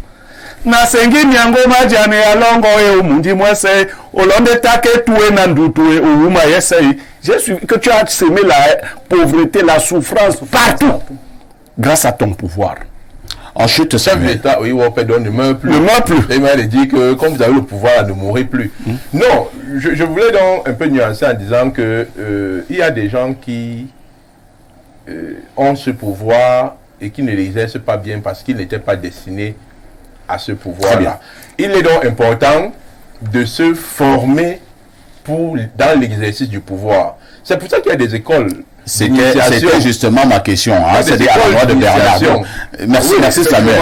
Bernardo va mieux éclairer sur cet aspect-là, lui qui sera en Bombok bientôt. Alors, Bernardo, nous posons un problème très important. Nous parlons le pouvoir en rapport avec les êtres humains. Et Samuel est en train de chuter là où moi je voudrais que vous entriez. Alors, est-ce que celui qui est appelé à avoir le pouvoir devrait absolument se préparer à avoir ce pouvoir? N'y a-t-il pas de risques lorsqu'on n'a pas été préparé à avoir un pouvoir? Toute chose qui est confiée à des mains inexpertes est certainement destinée ou prédestinée à être abusée ou à être mal utilisée. Il faut peut-être distinguer le pouvoir spirituel du pouvoir social. C'est clair. Parce que les origines ne sont pas les mêmes. Le pouvoir social est quasi systématiquement issu des conflits, issu des combats. Pour obtenir un certain pouvoir social, un pouvoir apparent social, il faut généralement passer par des conflits. Vous voyez des élections, vous voyez des systèmes de remplacement d'institutions qui parfois même des guerres, des compétitions. Et la conséquence est que lorsque vous acquérez un pouvoir par le système de compétition, il vous corrompt négativement parce que vous avez pour premier adversaire les personnes qui ont compéti au départ. Et ce pouvoir vous induit systématiquement et naturellement dans les abus. À perpétrer des abus, des excès pour le maintenir. La deuxième chose dans la même veine, c'est que l'illusion du pouvoir individuel me fait toujours rire. Le pouvoir social n'est que collectif. Parce que non seulement il nous est donné par les autres, en plus il est exercé par nous sur les autres et avec les autres.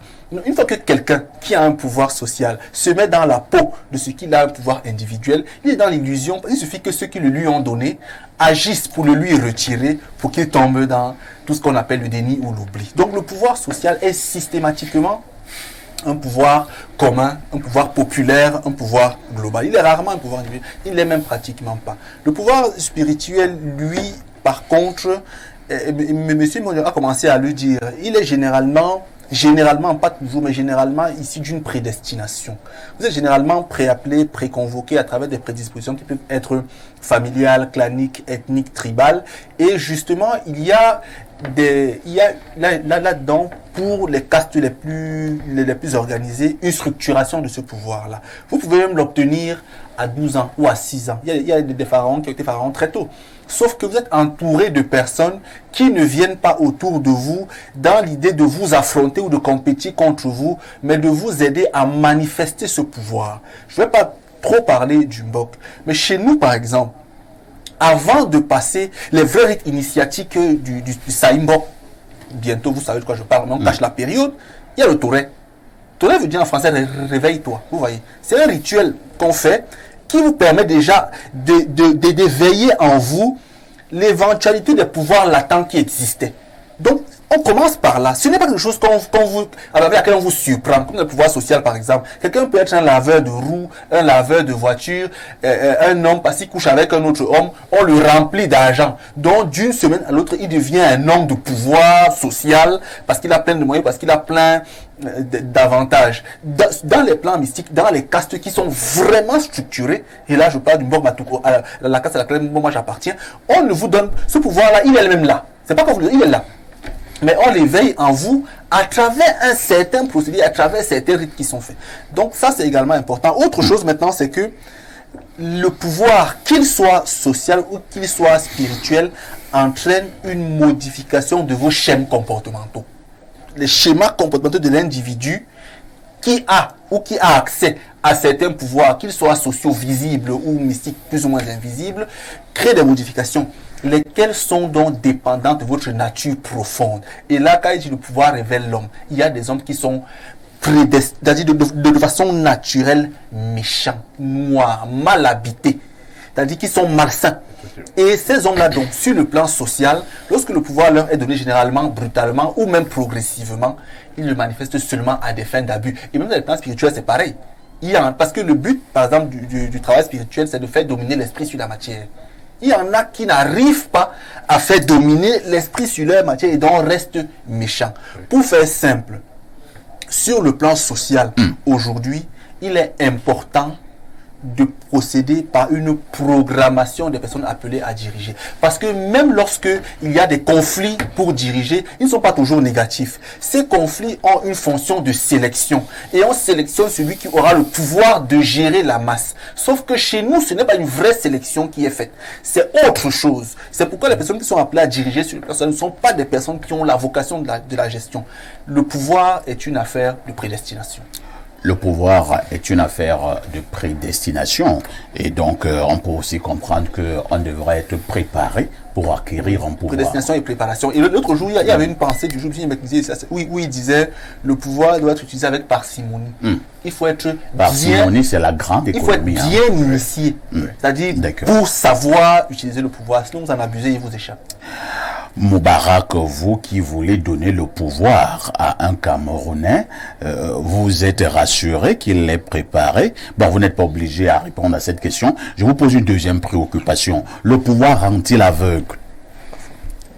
Je ne pense pas. Mais revenons d'abord sur la première. Vous n'êtes pas gêné à parler la première. Allez-y. Mais parce que je pense, comme il a dit là, qu'il faut préparer les personnes qui sont appelées à gérer. Et lorsque vous regardez le Cameroun, je ne veux pas citer Valère Bissala, mais il avait souvent dit que le président Aïjo avait tout au long de son parcours préparé le président Paul Biya à prendre la République. C'est discutable. Hein? C'est discutable, mais lorsqu'on voit le niveau de rapprochement que le président... Non, je veux dire, lorsqu'on voit le niveau de rapprochement, qu'il y a eu entre le chef de l'État actuel et l'ancien, on se rend compte quand même qu'il y a eu un effort de préparation, de constitutionnalisation même. Non, plusieurs, mais il y avait, parce qu'il y avait plusieurs protagonistes. Mais parmi ces protagonistes, j'ai l'impression qu'il avait déjà fait un choix sur une personne et qu'il a conduit doucement à la magistrature suprême, jusqu'à ce qui s'est passé en 82. Ce chef d'État dont nous parlons nous a dit que... C'est comme vous dites là, on peut, quand je vous dis que c'est discutable, et si on met l'épisode de 84, votre argument tient toujours. Bon, si on met l'épisode... Celui qui a longuement préparé quelqu'un à prendre le pouvoir, comment il fait encore ce qu'il a eu à faire en 84? Si on met l'épisode de 84, on va se dire que c'est peut-être un scénario Medvedev-Poutine qui a mal tourné. C'est-à-dire, je peux me dire que il a préparé quelqu'un qui pensait que c'était... bon, ça veut dire donc qu'il ne l'a pas préparé. Mais du moins, il a préparé, il n'a pas préparé quelqu'un d'autre. C'est un peu comme quelqu'un a préparé Seydou Mbombo Njoya. Bon, mais je dis bien que du moins, il a accompagné jusqu'à ce niveau-là. Maintenant, le même chef d'État nous dit aujourd'hui qu'il nous avait dit que je ne vais pas laisser le Cameroun au carrefour. Ça veut dire qu'il est dans une démarche aussi il prépare certainement quelqu'un Ou alors, bon, même s'il n'a pas dit, mais il ne pense pas quand même qu'il va laisser le Cameroun sans avoir fabriqué des personnes qui peuvent conduire le bateau à bon escient. Je ne pense pas, je ne dis pas qu'il l'aurait fabriqué, mais je pense que la proximité... Alors la chute, donc c'est quoi? Dans toute cette démonstration-là, vous voulez faire entrer dans un labyrinthe. Il faut bien en sortir. La proximité qu'il y a entre Franck et le pouvoir dit quand même qu'il a certainement beaucoup appris de cette affaire-là, qu'il est capable, mieux que quiconque aujourd'hui, de pouvoir tenir le bâton Cameroun sans qu'on le tombe. Voilà ce que moi je pense. Et comme le professeur Magua le disait, le pouvoir c'est deux choses. Dieu vous donne une autorité pour faire le bonheur des hommes. Mais dès que vous l'avez goûté, vous voulez vous accrocher. Donc généralement le pouvoir badine entre faire le bonheur de ceux qui sont sous votre commandement et le conserver. C'est ça qui pose problème. Et quand il y a donc beaucoup d'acteurs, la conservation peut amener l'acteur qui détient le pouvoir à sortir des attitudes qui ne sont pas toujours appréciées de tout le monde, mais qui sont des attitudes dictées par la situation qu'il a en face de lui pour conserver le pouvoir dont il détient. Mais la nature du pouvoir voudrait qu'on en fasse le bonheur de tous ceux qui sont sous le commandement. Sauf qu'il faut naître sur la peau de panthère. Non, pas Est-ce forcément. que celui que vous soutenez est né sur la peau de panthère? Là où Moubarak se trompe. Oui, parce que vous êtes Bamoun, vous savez ce que c'est que naître sur la peau de panthère pour succéder à son père. La République n'est pas le royaume à l'ouest. Ah bon? À l'ouest, on est sous la peau de panthère. Dans Mais le la nord, préparation commence à partir de la peau de panthère. Attendez. Dans le nord, Et quand vous ratez cette initiation à la base, attendez, à Garoua et à Maroua, on a vu de nouveau Lamido arriver. Le Lamido de Maroua a été élu. Il n'a pas, il n'est pas une grave non, ce n'est pas une aberration. C'est toujours comme ça que tu as fonctionné à Maroua. Ce n'est pas une affaire qui a commencé aujourd'hui. Et on voit les conséquences. Non, ça n'a pas Et on voit les conséquences à Garoua. Je dis bien qu'à Maroua, ça a commencé depuis la création du Lamido de Maroua. Celui de Garoua également, ça a commencé depuis la création. C'est une forme de démocratie africaine qui existe depuis. Et après, on finit par jeter les gens en prison à 93 ans. Et tout parce que chaque société a son modèle. Vous voyez donc on exerce mal le pouvoir quand on l'acquiert de cette manière-là. La société camerounaise n'étant pas un royaume comme ce que nous avons à l'ouest, il y a des modalités de dévolution du pouvoir dans notre société qui ne sont pas celles de l'Ouest. On ne n'est pas sur la peau de panthère, mais il y a d'autres formes de naissance spirituelle qui permettent qu'on accède au pouvoir. Et tu verras que, généralement, tous ceux qui accèdent au pouvoir en Afrique ont été quelque part proches du pouvoir. Vous pensez que Franck réunit tous ces caractéristiques? Je permettais un peu deux choses. Moi, je glisse beaucoup. Un, tu parles de modalités africaines aujourd'hui. Est-ce que l'Afrique primordiale reconnaissait les élections pour administrer un territoire? C'était justement une affaire de prédestination. On estimait que voici l'envoyé de Dieu. C'était un éclairé qui était visité par les vrais initiés, qui estimaient que celui-ci a en lui soit les éléments d'un avatar divin, et c'est lui qui gérait. Le système électoral, on le met à l'écart. Plus loin, vous évoquez également la pérennisation, le pouvoir fondamental. Lorsqu'on l'obtient, c'est pas pour le conserver, c'est pour le disposer à l'endroit de ceux qui en ont besoin. Or, en Afrique aujourd'hui, de ce que vous empêchez de dire, c'est que les gens qui accèdent au pouvoir veulent tout simplement s'y éterniser et le pérenniser. C'est pas ce principe du pouvoir, donc attention. Lorsque Macron vous dit aujourd'hui que ne pas accéder à un troisième mandat est une aberration, on comprend que lui-même qui est français, malgré la démocratie française, non, lui-même il est en train de nous faire comprendre qu'il a envie d'y rester. C'est humain. Le pouvoir est consubstantiel à la nature humaine. Parce que le pouvoir est divin, il domine l'humain. Bernardo, on t'a suivi, permettez donc à Moubarak d'argumenter. En 1060, lorsqu'on fonde le royaume Bamoun, on a le premier roi, parce qu'il succède à sa maman Charéen. On n'a pas décidé comme ça là qu'il est le nouveau roi, non. Il y a eu une forme de compétition entre les enfants, les trois enfants de la maman. Il y avait eu une course qu'il fallait faire, et c'est lui qui gagnait la course qui devrait être le nouveau roi. Donc, il y a quand même eu un effort de compétition pour acquérir le pouvoir laissé par la maman. Les Lamido de Garoua et de Maroua ne sont pas les Lamido qui sont nés sous l'époque coloniale. Ils sont nés avant, ils préfèrent l'époque coloniale. Et ces Lamidas-là sont en train de lire leur roi depuis des siècles. Ça veut dire que cette démocratie-là n'est pas forcément quelque chose qui est importé à la société africaine. Elle existe avant la colonisation. Nous allons d'abord lire quelques préoccupations des téléspectateurs. Bonjour DG, pardon, le numéro de Basson ou du Grand Blériot, c'est urgent.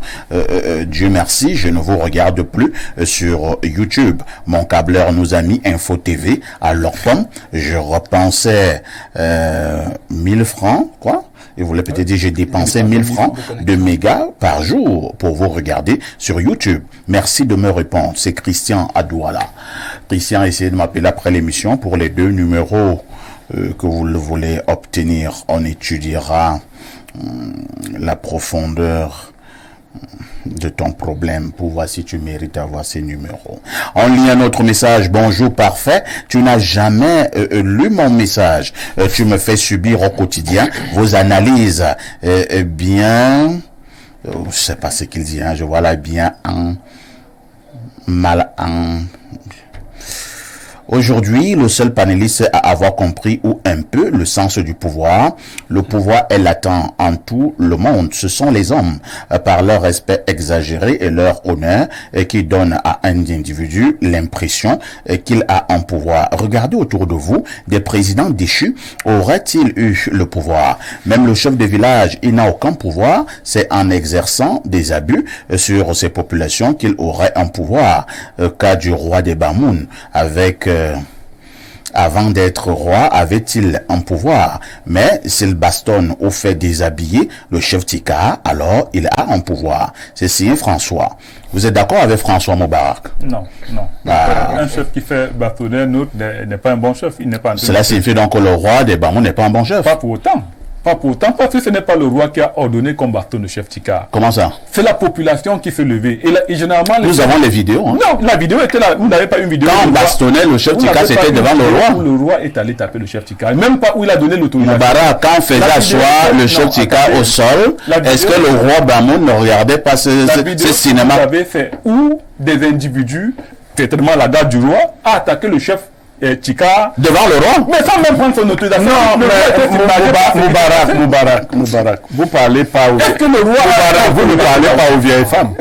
Vous dites que le roi a un pouvoir, n'est-ce pas? Oui. Vous pensez que votre garde fait des choses que vous ne laissez pas faire? Vous êtes sérieux? Est-ce que c'est ce qui le pouvoir, c'est la capacité de faire aussi. Oui. Faire, il laisser faire. Non, laisser faire, c'est faire. Non. Ce qui fait passer la loi. Non, ce qui fait. Est-ce que si le. Bon, je vais répondre à cette petite question. Si le roi avait dit arrêter cela, ils auraient continué? Je pense qu'il a dit arrêter. Non, ils ont continué. Ils ont continué. Je pense ça veut dire qu'ils ont désobéi au roi. Oui, ils ont certainement. Je pense qu'il a dit arrêter. Bon, c'est bon. Je pense qu'il a dit. On va continuer à lire les messages. Bonjour parfait, dit à Moubarak de lire l'unité culturelle africaine dans ta job. Il comprendra beaucoup de choses. C'est Mbembene Patrick. La peau de panthère est le symbole du pouvoir partout en Afrique. Autre message ce jour, je vous amène je voulais d'abord vous amener au 225 ans. Mais il y a ce Camerounais qui s'invite brutalement. Il dit bonjour perfecto, bonjour au brillantissime Blériot et à votre riche panel. Concernant le thème de ce jour, franc reste et demeure le meilleur risque pour notre nation. Je pourrais davantage développer ce point, mais mon message sera très long pour votre émission. Merci et agréable journée à vous. Mouta Amen, Matati, Yaoundé, Okamet. Il faut dire que Franc n'est pas le seul fils du président. Autre message. C'est pas tous les fils du roi. Voilà, ok. Là, on va disserter là-dessus. Allons, c'est le plein. Du roi qui hérite, il en a plein de fils qui sont prêts à effectuer pas tous les. Nous allons lire d'autres messages. Le 225, c'est la Côte d'Ivoire. Shalom El Perfecto et les pétillants des mineurs. La problématique de ce matin, telle que posé sous-tend un postulat valise. Quoique dévoyé et galvaudé étymologiquement, le mot pouvoir vient du bas latin potere et qui est la capacité ou la permission de faire ou d'agir. C'est avant tout un droit auquel sont greffés des devoirs ou obligations. C'est justement ce deuxième aspect qui est prévariqué, d'où les abus et écarts constatés. Subséquemment, un pouvoir juste s'exercera avec une main de fer dans un gant de velours pour le bien-être holistique de soi-même et de l'altérité. Que Dieu vous bénisse. C'est l'afro-optimiste Djedjegui d'Abidjan. Autre message ce jour. Monsieur Aïssi, salut. Salut à vous et à tout le panel. Monsieur Aïssi, quand vous dites à Mondovision que le grand camarade Ahmad Dayudio n'avait pas préparé Monsieur Biya à sa succession, vous faites preuve de la connaissance de l'histoire du Cameroun, Monsieur Manga à Yaoundé. Autre message ce jour. Bonjour, parfait. J'ai eu à regarder la série Ma famille. Ogo met sa femme Clémentine dans l'embarras. Il se fâche contre cette dernière de l'avoir envoûtée quand elle ne se reconnaissait pas dans cette pratique. Il se fâche encore à nouveau en lui disant « Je comprends maintenant. Tu ne m'as jamais aimé. » Elle, étonnée, lui demande comment ça. Il lui dit quand on aime un homme, on l'envoûte. Voilà. La femme était embarrassée. En conclusion, parfait, on envoûte celui qu'on aime. Mais que cet envoûtement n'impacte dans tes activités. Bernardo, je vais t'avouer quelque chose. Tes débuts à Espace Mini, franchement, tu me donnais les boules. Maintenant, j'apprécie ta posture. Le respect du temps de parole des autres panélistes. Merci, parfait. Merci, Blériot. C'est Arnaud Abega depuis Douala. Arnaud, on envoûte la personne qu'on aime, c'est très discutable. Oui, mais non, si vous allez m'envoûter, j'ai des maladies. Arnaud, vous envoûtez la personne que vous aimez. Mais est-ce que vous lui laissez sa liberté à elle? Voilà. Parce que ce n'est pas la personne qui vous aime aussi. Voilà. Elle peut ne pas vous aimer autant pour être soumise à vous. Voilà. Bonjour Perfect au puis j'envoie le numéro de Monsieur Moubarak pour pouvoir intégrer le mouvement des franquistes. C'est signé Ondo Pascal. Ah, Moubarak, ça veut dire que le message passe. Le Camerounais en est, c'est pas moi qui ai fait. Appelez-moi après l'émission. Je rappelle que tous les mouvements ont toujours les adhérents. Ça tient un détracteur du mouvement franquiste, Samuel. Autre message de ce jour. Bonjour Lonkuta de modérateur. Oh, quelle sagesse ce matin. Blériot Niemek et le jeune Bamoun. J'aime mon pays. Merci. Eh bien, autre message. Bonjour, monsieur Aïssi. Le pouvoir est en bien des manières un jeu d'apparence. Le pouvoir ne respecte que le pouvoir et ne perdure qu'en écrasant constamment les autres et à deux facettes. La confiance et la méfiance. Le vrai pouvoir vient de Dieu. Et Théokratos, pouvoir de Dieu. Je voulais vraiment que nous puissions un peu disserter sur cette pensée entre guillemets collective. Tout pouvoir vient de Dieu. Les hommes de pouvoir aiment le dire, ceux qui ne sont même pas du pouvoir aiment également le dire. Un jour sur ce plateau, nous avons reçu un invité. Blériot n'était pas d'accord avec l'invité lorsque l'invité faisait comprendre que tout pouvoir venait de Dieu. Blériot, nous parlons du pouvoir ce matin en rapport avec les êtres humains. Tout pouvoir vient-il de Dieu? Il y a une écriture dans la Bible qui prête à confusion. Elle se trouve dans l'épître de Paul aux Romains. Romains chapitre 13, à partir du premier verset. Il est écrit que toute personne soit soumise aux autorités établies. Car il n'y a point d'autorité qui ne vienne de Dieu et les autorités qui existent ont été établies par Dieu. Ça, c'est la Bible qui le dit. Romains chapitre 13. Ce que nous devons savoir, c'est que Paul s'adresse dans cette épître aux Romains. Et les Romains viennent ont soumis le Moyen-Orient. Parce qu'il faut faire attention, vous catholiques, vous êtes de Rome. Le catholicisme, il est romain. Alors que la Judée a été une contrée soumise. Paul utilise avec les Romains beaucoup de tact. Quand vous êtes sous l'autorité de quelqu'un, vous ne lui parlez pas n'importe comment. Est-ce que dans l'étude des guerres bibliques, vous ne voyez pas que Dieu a renversé souvent des rois? Et parmi les plus illustres, un roi qu'on appelait Nebuchadnezzar. Nebuchadnezzar s'était opposé à la volonté de Dieu et Dieu l'a renversé. Dans les temps bibliques, le cœur du roi est dans la paume de la main de Dieu et Dieu le dirige à volonté. Mais il y a des rois qui se sont révoltés contre Dieu et Dieu a suscité des hommes pour les renverser. À la vérité, on devrait dire, tout pouvoir inspiré par Dieu mérite le respect des hommes. Parce que David a renversé le roi Saul qui l'avait précédé, ainsi de suite. Donc, moi je crois que au finish, c'est la volonté du maître de l'univers qui s'accomplit. Mais entre-temps, il dit bien que dans son parcours, l'homme avait sémé un champ. Et pendant la nuit, les ennemis sont venus mettre le mauvais grain. Le matin, les ouvriers sont allés voir le maître pour lui dire, n'avons-nous pas mis que du bon grain hier? Maintenant, on voit aussi de l'ivraie. permets-nous d'aller arracher l'ivraie pour que nous le brûlions. Qu'est-ce que le maître a dit? Il a dit, laissez croître ensemble les deux. Au moment de la récolte, on prendra d'abord le bon et ensuite on brûlera le mauvais. Dans les temps actuels, il arrive que les méchants ourdissent des plans et prennent le pouvoir pendant un certain temps. Mais c'est la naïveté et la paresse des bons qui fait que le pouvoir des méchants perdure. Les bons n'arrivent pas à se mettre ensemble, à s'entendre sur une méthode. Parce que vous voyez, même les chefs de gang s'entendent. Dans un gang, il y a un chef qui donne des ordres. C'est pour cela que le gang peut perdurer jusqu'au jour où la police l'attrape. Donc tous les pouvoirs que nous voyons sur la terre ne sont pas les pouvoirs de Dieu. Je conclue avec la Bible. Satan place Jésus sur une montagne et il lui dit, je te donnerai la gloire de ces royaumes car elle m'a été donnée et je la donne à qui je veux. Merci Sango Pastor Pierre Blériot. On revient aux choses normales. On laisse un peu la Bible et les temples. Alors Bernardo Basson, nous le disions l'autre jour, que de personnes n'avons-nous pas vu et qui avaient des pouvoirs, qui avaient de grands pouvoirs, mais la fin de ces personnes a par moments été catastrophique.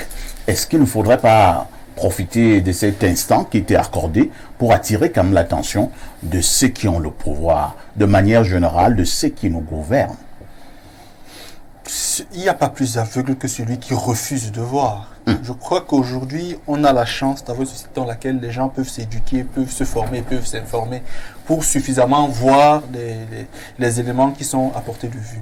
À la réalité, M. Yemek l'a très bien dit dans ses versets bibliques. Chez nous, on le dit en langue maternelle en disant complètement autre chose, mais avec la même finalité.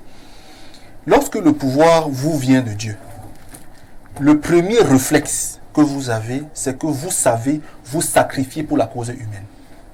C'est pour cela que chez nous, dans les 3 piliers du MOC, il y a le sacrifice conscient pour l'humanité souffrante. Parce que vous avez un pouvoir qui est divin.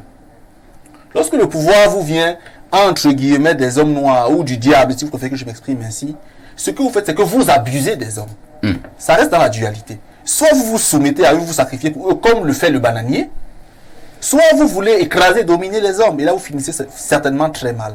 Donc aujourd'hui, les hommes de pouvoir dans le monde, ceux qui sont à part, les vrais hommes de pouvoir sont cachés. Les vrais hommes de pouvoir, ceux qui ont un pouvoir divin, un pouvoir éclairé, ne sont pas apparents. Parce que ce qui est apparent parfois est illusoire.